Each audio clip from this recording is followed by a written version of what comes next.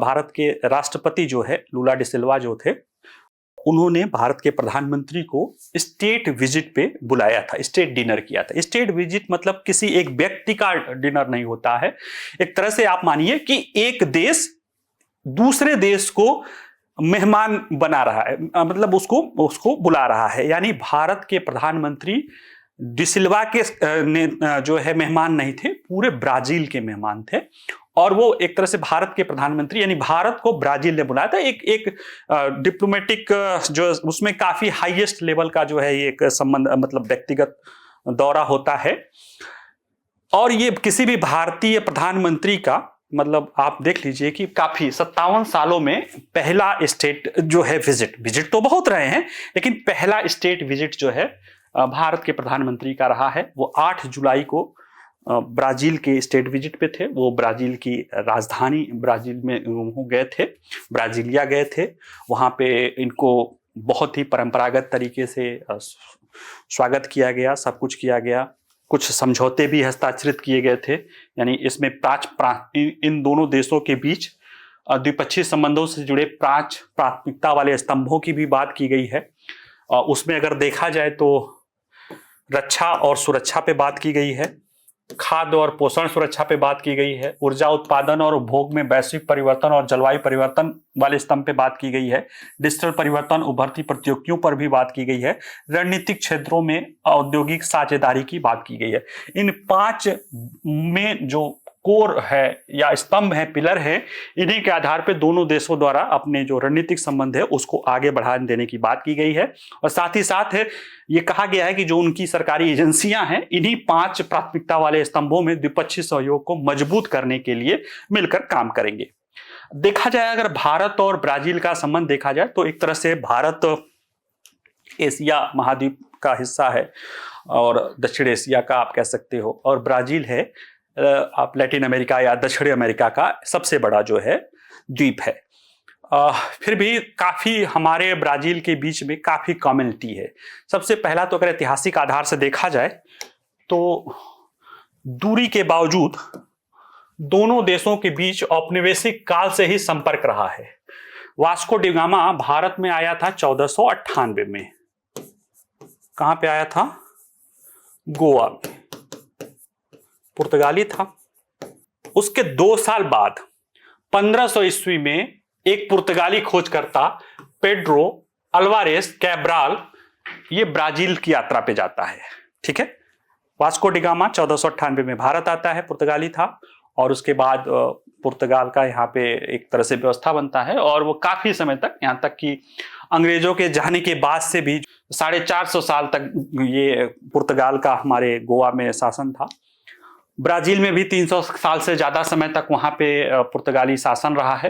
तो एक तरह से दोनों देशों में, यानी खासतौर से ब्राजील, और जब ये पुर्तगाल यहाँ पे भी शासन था, पुर्तगाल का वहां भी शासन था, उस दौरान गोवा और ब्राजील में काफी जो है जुड़ा हुआ था। नारियल और आम की फसलें पहली बार भारत से ब्राजील पहुंची थी। भारत से नारियल और आम ब्राजील गया था। ब्राजील से ही जो है काजू यहाँ पे आया हुआ था, पुर्तगाली लेकर आए थे। भारत की गायें वहां पे गई थी, जैसे गिर है। साथ ही साथ वहां पे एक जो सबसे ज्यादा, यानी ब्राजील के पशुधन का 80% हिस्सा भारतीय नस्ल की गायों का है। और वहां पे एक नेल्लोर स्थानीय प्रजाति है जो आंध्र प्रदेश के नेल्लोर नाम ही है, वहीं से आता है। और गिर के लिए भी ब्राजीलियन गिर जो है, गाय जो है हमारे गुजरात की थी, लेकिन वहां पे तहलका मचा रही है। तो ये जो है ऐतिहासिक जुड़ाव औपनिवेशिक काल से ही रहा है। साथ ही साथ ब्राजील दक्षिण अमेरिका में सबसे बड़ा भारत का व्यापारिक साझेदार है। ठीक है, 1947 में भारत की स्वतंत्रता के तुरंत बाद 1948 में दोनों देशों के बीच द्विपक्षीय संबंध हुई। लेकिन जब 1961 में भारत ने ऑपरेशन विजय करके गोवा को एक्वायर किया या अतिक्रमण उसको जो है हथियाया, स्वतंत्रता दिलाई, तब ब्राजील नाराज हुआ था, क्योंकि गोवा में पुर्तगाली शासन था तो वहां भी पुर्तगाल था। तब से सम्मान थोड़ा सा गड़बड़ रहे। 1990 के दशक में दोनों देशों ने आर्थिक उदारी करने की नीतियां चलाई। धीरे धीरे उनके बीच व्यापारिक संबंध हुआ। दोनों विकासशील देश थे। और 2013-14 में तो लगभग दोनों की जीडीपी, 2013-14 में अगर आप देखेंगे तो 2 ट्रिलियन के आसपास की जीडीपी ब्राजील की थी और 2.1 ट्रिलियन जीडीपी भारत की थी। आज 11 साल बाद, 12 साल बाद भारत की जीडीपी 4.3% के आसपास, 4.3 ट्रिलियन हो गई है, यानी लगभग 110% बढ़ गई है। और ब्राजील की जीडीपी वही 2.2%, 2.3% है। यानी कहीं ना कहीं ब्राजील की जीडीपी उस स्तर पे नहीं बढ़ी, जिसके पीछे कारण बताया जाता है कि जो उस समय 10 साल 12 साल तक वहां पे जो वामपंथी सरकार रही है, जिसके कारण काफी भ्रष्टाचार और ऐसी नीतियां रही है जिसने आर्थिक विकास को बाधित किया। इसके बावजूद भी 2024-25 में द्विपक्षीय व्यापार हमारा 12.2 अरब डॉलर है, जिसमें ब्राजील को हम 6.67 अरब डॉलर का निर्यात करते हैं और वहां से 5.43 अरब डॉलर का आयात करते हैं। और इसे बढ़ाकर लक्ष्य है कि इसे 20 अरब डॉलर के आसपास बड़े आसानी से हासिल किया जा सकता है और इस पर काफी कोशिश की जा रही है। 2000 के दशक में भारत और ब्राजील आर्थिक रूप से उन्नति के राह पर हैं। इसमें भारत के पास द्विपक्षीय संबंधों के लिए एक संयुक्त आयोग है, विदेशी मंत्री स्तर पे जो है चलता है।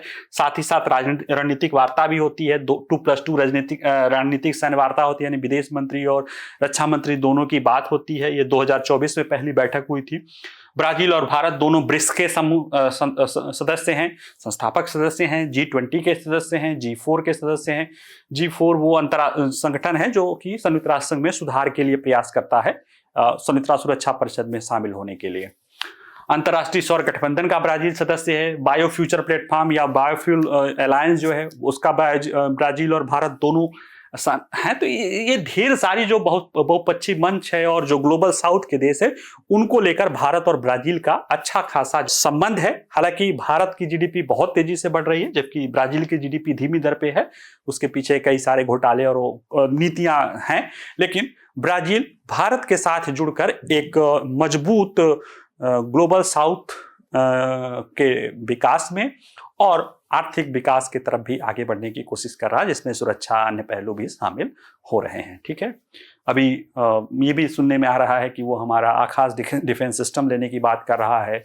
उनका एम्ब्रियो जो प्लेन सिस्टम है वो ज्वाइंट रूप से डेवलपमेंट करने की बात है। तो काफी कुछ संभावना है और ऐसे में दोनों के संबंध काफी महत्वपूर्ण हैं।